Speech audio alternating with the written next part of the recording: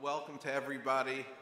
I just was sharing this story with someone at our table as to how this all got started.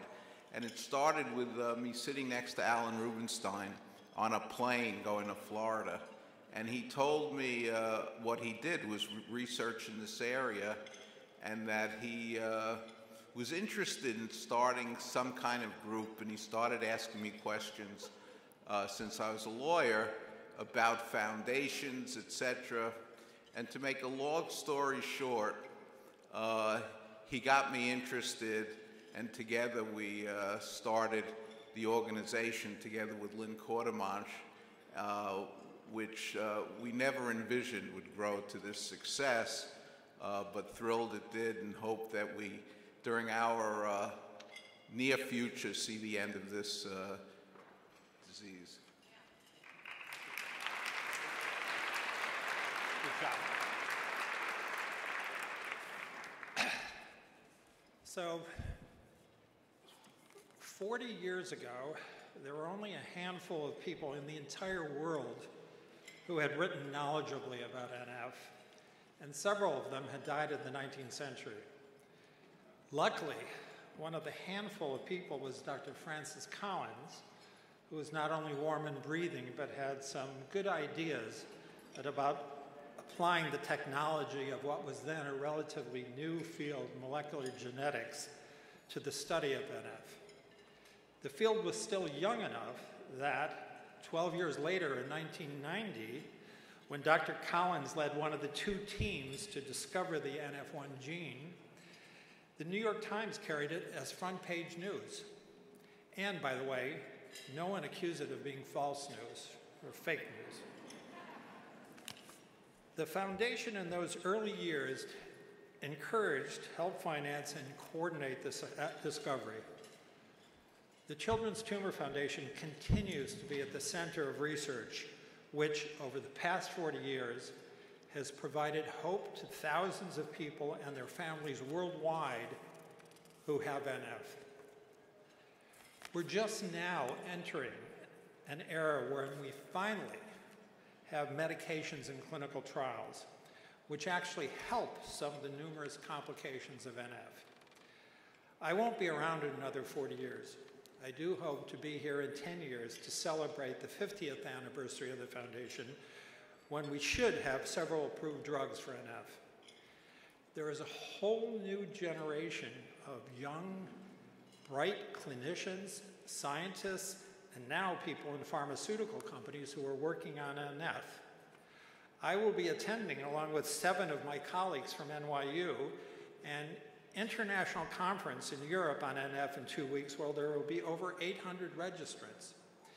All of them, I believe, younger than me. 2 weeks ago, a fellow from a venture capital firm called to ask me about new developments in NF research.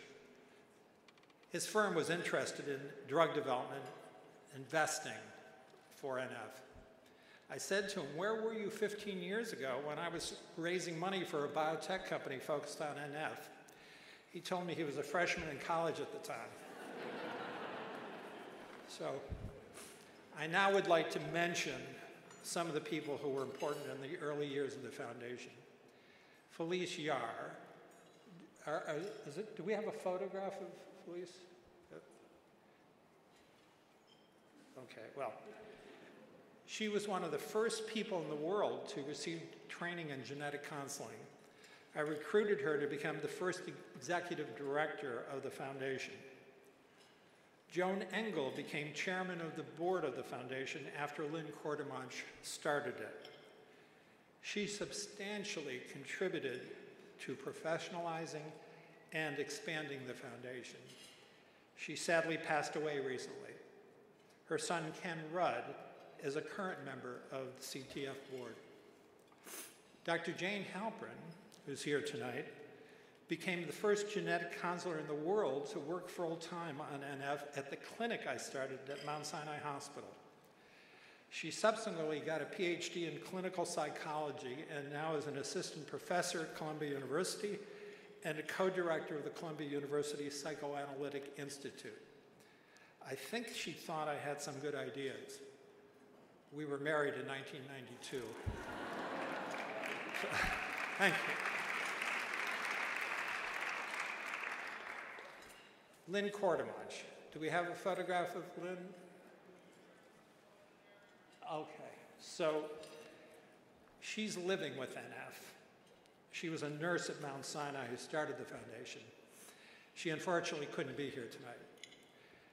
She was interviewed for a story about what it was like to have NF by Dan Shapiro, who was at the time a journalist at Newsweek. She poured her heart out to him and told him about all the insults about her appearance she endured growing up, about her frustration in finding someone knowledgeable about NF at the time, even about getting a correct diagnosis. And he looked into her eyes, past the disfiguring neurofibromas, and he saw the humanity in her. And they got married and lived happily ever after.